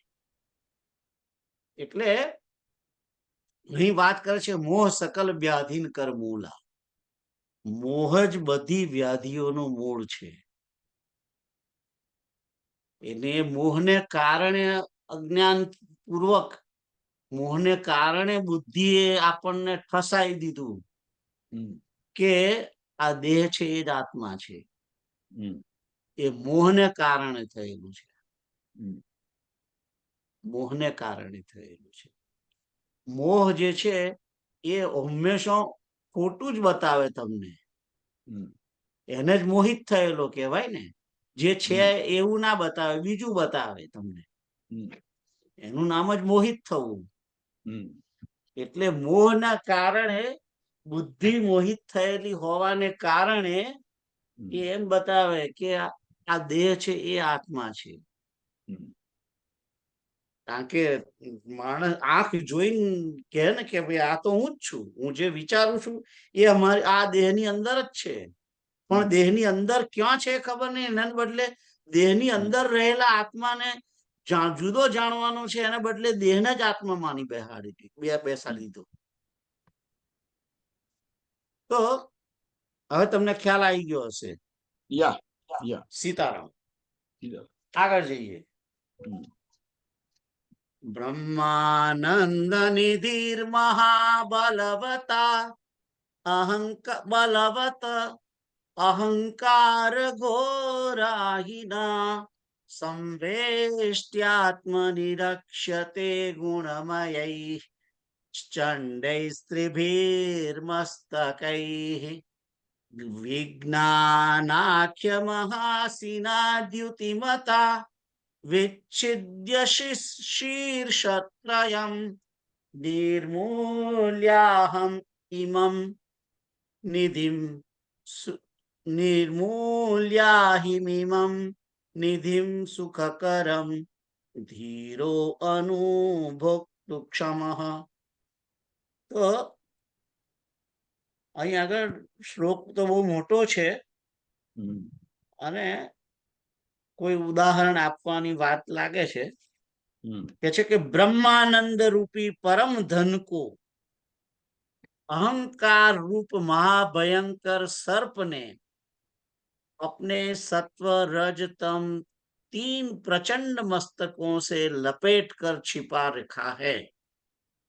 जब विवेकी पुरुष अनुभव ज्ञान रूप चमचमाते हुए महान खड्ग से इन तीनों मस्तकों को काट कर इस सर्प का नाश कर देता है, तभी वह इस परम आनंददायिनी संपत्ति को भोग सकता है. તો અહીં આગળ એક ઉદાહરણ આપ્યું છે કે કોઈ ખજાનો છે અને જેમ ખજાનાની ઉપર સાપ રહે ને, જેમ પેલું આ જગન્નાથના મંદિરમાંથી નીકળ્યો ખજાનો, ખોલ્યા બારણા અને કેટલા બધા સાપ ત્યાં છે, એ તમે ન્યૂઝમાં સાંભળ્યું હશે કે જગન્નાથના મંદિરનો ખજાનો ખોલ્યો અને ત્યાં ખૂબ સાપ છે. એ સાપ જ્યાં સુધી ખસેડે નહીં અથવા સાપ આગળ સાપ એટલા માટે છે, ધનની રક્ષા માટે સાપ ત્યાં રાખેલા છે, રહેલા છે. જ્યાં ધન હોય ત્યાં સાપ હોય, ફૂંફાડા માર્યા કરે ને કોઈ નજીક આવે, આ ધનની રક્ષા કરવા માટે મૂકેલા છે. અને એ સાપ જ્યાં સુધી મારી ના નાખો તમે, ત્યાં સુધી તમને એ ધન પકડ લેવાય નહીં. કારણ કે તમે જેવા ધનને અડવા જાઓ એવો તરત પેલો ફૂંફાડો મારે. એટલે સાપને નિર્મૂળ મારવા જતો રહેતો નથી, ત્યાંથી જવાનો જ નથી. એટલે એને સાપને મારે જ છૂટકો. એ સાપ મારો તો પેલું ધન મળે. એમ અહીં કે છે કે બ્રહ્માનંદ રૂપી પરમ ધનનો જે ખજાનો છે એ કોણે આવૃત, કોનાથી આવૃત, એની ઉપર કોણ બેઠું છે? અહંકાર બેઠો છે, મોટો નાગ. અહંકાર રૂપી મહાભયંકર સાપ બેઠો છે અને એની 3 ફણા છે. જેમ સાપને ફણા હોય છે ને મોઢા, આ 3 ફણ વાળો છે. સત્વ રજ અને તમ 3 પ્રકારના અહંકારના ફણ છે. એને 3 મસ્તકો અંદર 3 જીભ છે. એટલે એકી હાથે એ 3 પર સીધા એનો પ્રહાર કરે અહંકારથી. તો જેવું તમે માણસ પોતાના આત્માને, આત્મારૂપી ધનને પ્રાપ્ત કરવા પ્રયત્ન કરે છે, પણ એનો જ અંદરનો અહંકાર જે છે, એની પર બેઠેલો અહંકાર, એ અહંકાર ચોટ મારે છે, એ ફૂંફાડા મારે છે. અને એ અહંકાર જ્યાં સુધી દૂર ના થાય ત્યાં સુધી એ આત્મરૂપી ધનને પ્રાપ્ત કરી શકતો નથી.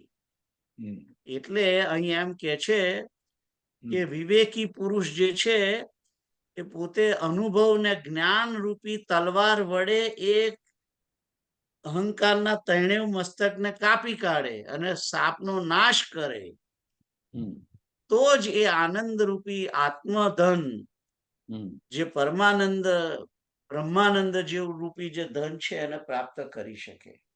ખ્યાલ આવી ગયો તમને? એટલે અહંકારને મારવાનું છે એમ કે છે. કેવી રીતે? વિવેકપૂર્વક. અનુભવ રૂપી જ્ઞાન વડે, હમ જ્ઞાનથી મારવાનું છે. ભક્તિમણી નો છેલ્લો દોહો આવો છે.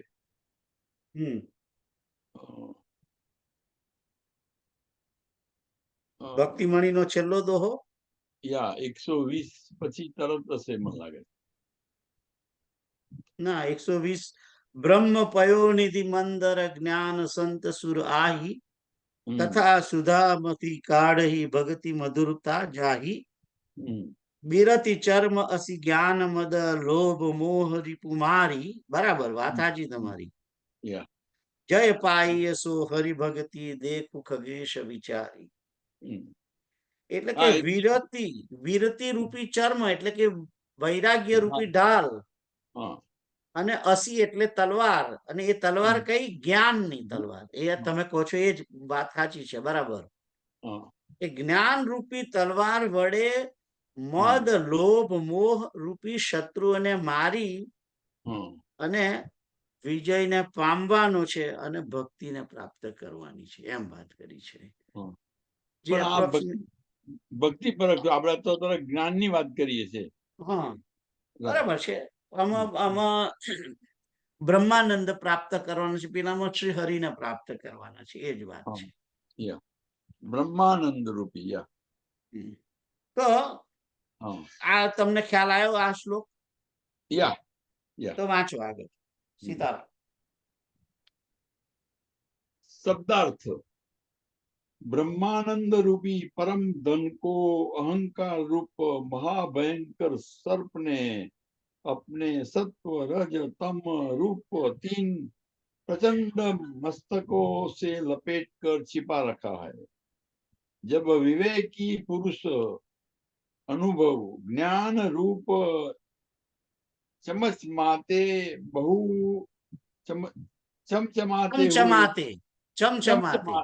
चमचमाते हुए महान खड़क से इन तीनों मस्तकों को काट कर इस सर्प का नाश कर देता है, तभी वह इस परम आनंददायिनी संपत्ति को भोग सकता है. भावार्थ, ब्रह्मानंद ही मनुष्य की परम संपत्ति है, जिसको प्राप्त करने के लिए ही मनुष्य सुखी शांत व आनंदित हो सकता है. किंतु यह संपत्ति अहंकार रूपी काले सर्प ने लपेट रखी है तथा प्रकृति के सत्व रज एवं तमोगुणों के कारण वह इस प्रकार आच्छादित है कि मनुष्य को यह पता नहीं है कि ऐसा अपूर्व एवं बहुमूल्य खजाना उसके भीतर छिपा है.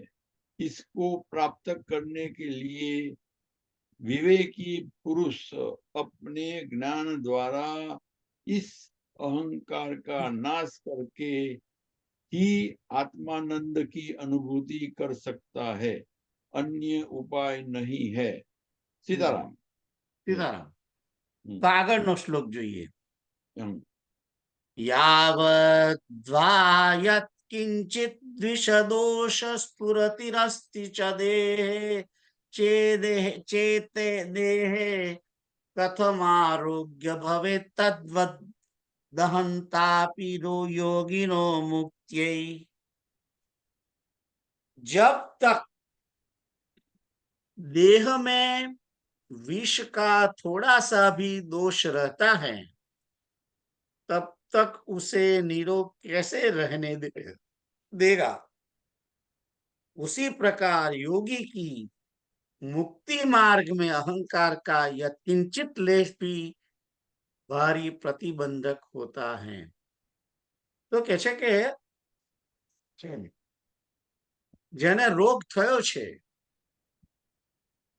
એટલે કે દેહની અંદર જરાક જેટલું પણ ઝેર, થોડુંક જેટલું પણ ઝેર અંદર હોય ત્યાં સુધી વ્યક્તિ નિરોગી બની શકતો નથી. એ તો વસ્તુ નક્કી છે ને. જરાક બી એને પૂરેપૂરું ઝેર નીકળી ના જાય ત્યાં સુધી એ માણસ નિરોગી થતો નથી રોગ વગર, એને કઈ ને કઈ રોગ તો રહે જ. એટલે જે ઝેર થયેલું છે, ઝેર વ્યાપેલું છે, એ ઝેર પૂરેપૂરું કાઢવું જ પડે.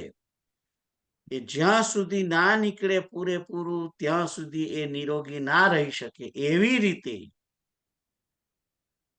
જે યોગી પુરુષ મુક્તિને માટે પ્રયત્ન કરે છે,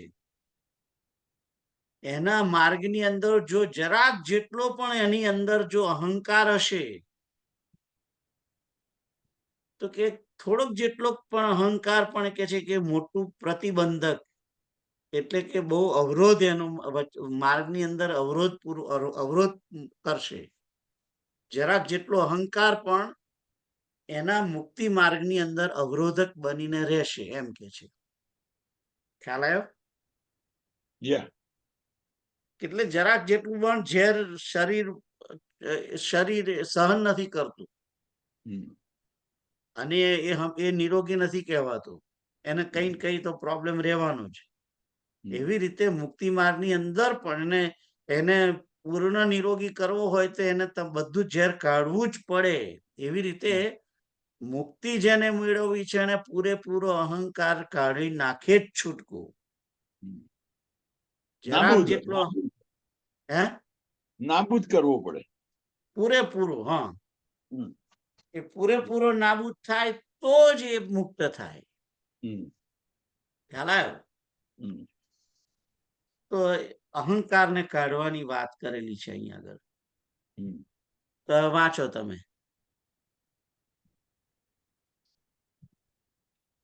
शब्दार्थ मुक्ति के लिए अहंकार ही मुख्य एवं अंतिम बाधा है.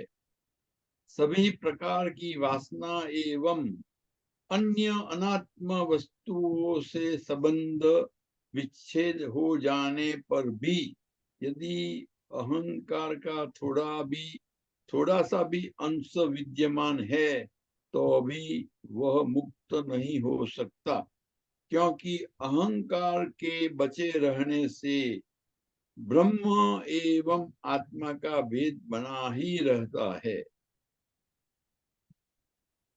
जिससे अद्वैत की स्थिति नहीं आ सकती. इसके लिए अहंकार का समूल नाश आवश्यक है. બરાબર. आ तो 304. સીતારામ. સીતારામ. તો આગળ જવું નથી, કારણ કે 3 વાગ્યા છે. 304 ઉભા રહીએ. હરે કૃષ્ણ કૃષ્ણ કૃષ્ણ હરે હરે, હરે રામ રામ રામ હરે હરે, હરે કૃષ્ણ કૃષ્ણ કૃષ્ણ હરે હરે, હરે રામ રામ રામ હરે હરે, હરે કૃષ્ણ કૃષ્ણ કૃષ્ણ હરે હરે,